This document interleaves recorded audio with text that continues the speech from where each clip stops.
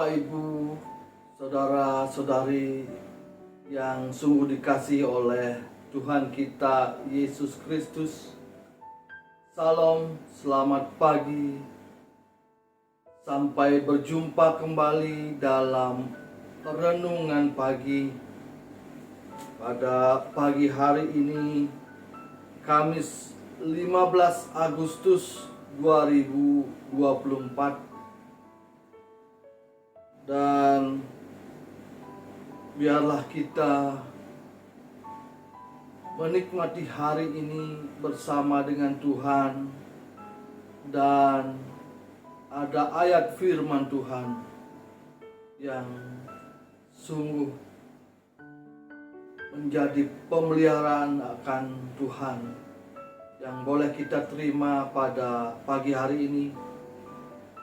Dan sebelum kita menikmatinya, mari kita mengucap syukur dan memohon pertolongan Tuhan. Mari kita berdoa.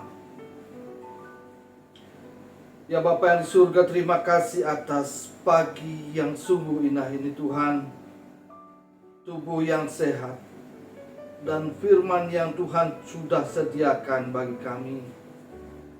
Biarlah kami selalu mempersiapkan hati dan pikiran kami untuk selalu rindu menerima akan firman-Mu. Dan melalui firman-Mu ini Tuhan, kami dimampukan untuk berproses, untuk selalu berubah ke arah yang lebih baik, ke arah di mana kami semakin dekat kepada Tuhan. Terpujilah ke Tuhan. Kami meminta berkat firman-Mu pada pagi hari ini. Hanya di dalam nama Tuhan Yesus Kristus yang adalah sumber firman yang hidup di dalam kehidupan kami. Haleluya. Amin. Bapak Ibu yang dikasihi Tuhan, pada pagi hari ini ada dua ayat penuntun bagi kita yang disediakan, yaitu yang pertama dari perjanjian lama, yaitu Imamat 26 ayat 13 yang berbunyi demikian. Akulah Tuhan Allahmu yang membawa kamu keluar dari tanah Mesir, supaya kamu jangan lagi menjadi budak mereka. Aku telah mematahkan kayu kuk yang di atasmu dan membuat kamu berjalan tegak.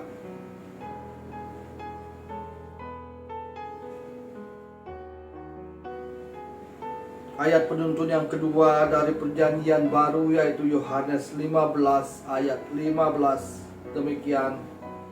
Aku tidak menyebut kamu lagi hamba, sebab hamba tidak tahu apa yang diperbuat oleh tuannya, tetapi aku menyebut kamu sahabat.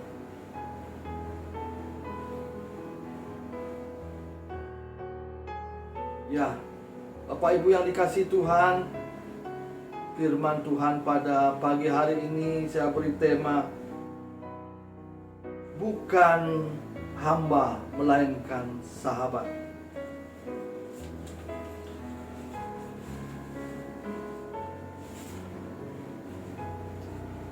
Bapak Ibu yang dikasihi Tuhan,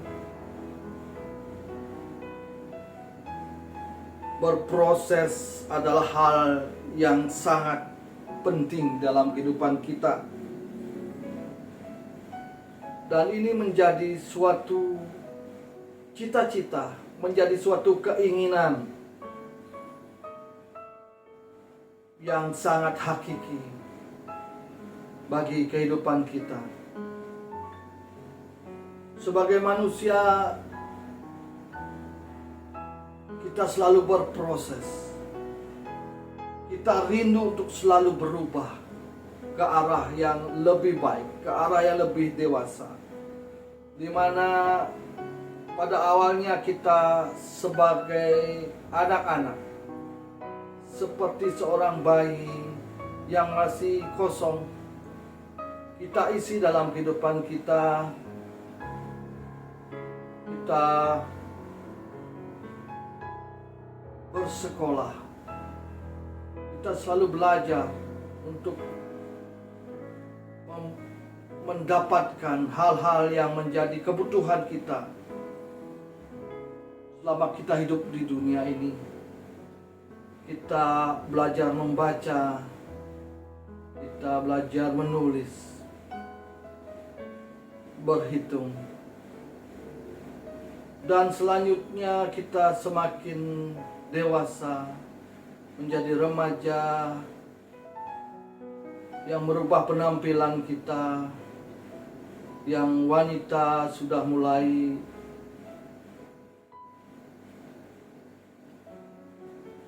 merubah penampilan dengan cara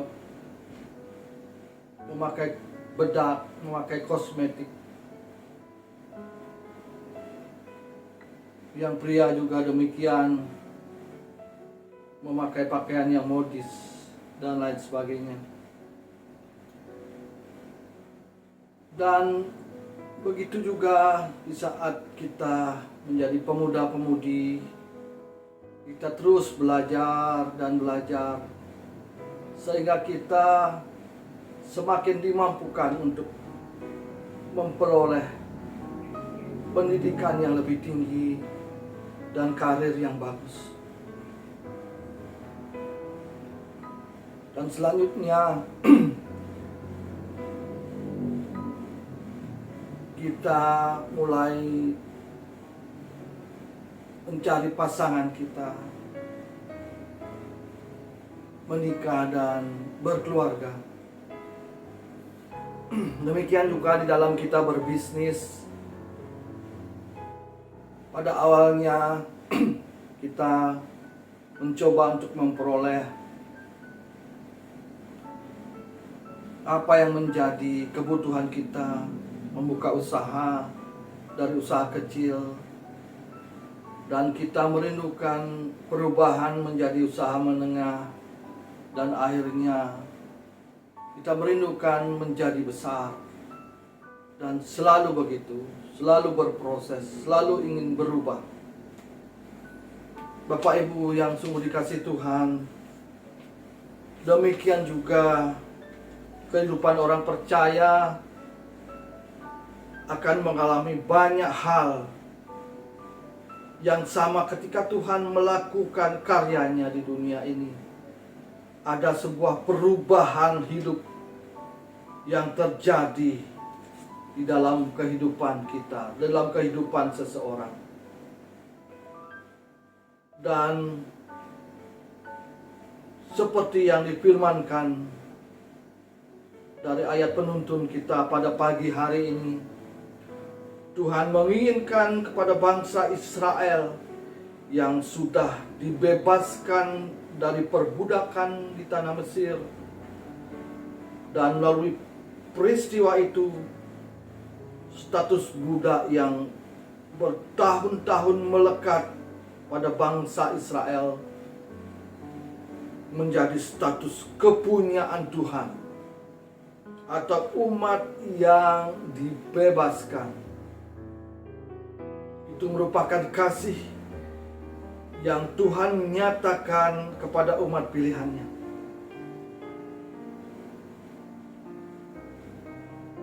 Dan demikian juga Kristus menyatakan kasih-Nya yang dapat dilihat dari cara Tuhan Yesus yang begitu karib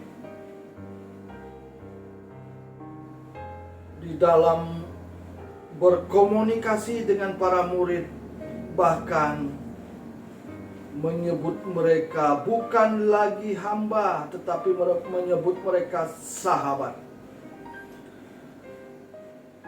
Melalui peristiwa perubahan ini, hidup murid Kristus menyatakan bahwa mereka tidak lagi dibiarkan hidup dalam kegelapan seperti yang terdahulu yang telah mereka lakukan. Sebagaimana seorang hamba yang hanya diberitahukan mengenai pekerjaan mereka pada saat itu. Tetapi pada saat Roh Kudus dicurahkan, mereka akan mengetahui rancangan-rancangan Tuhan untuk memperlakukan mereka sebagai para sahabat.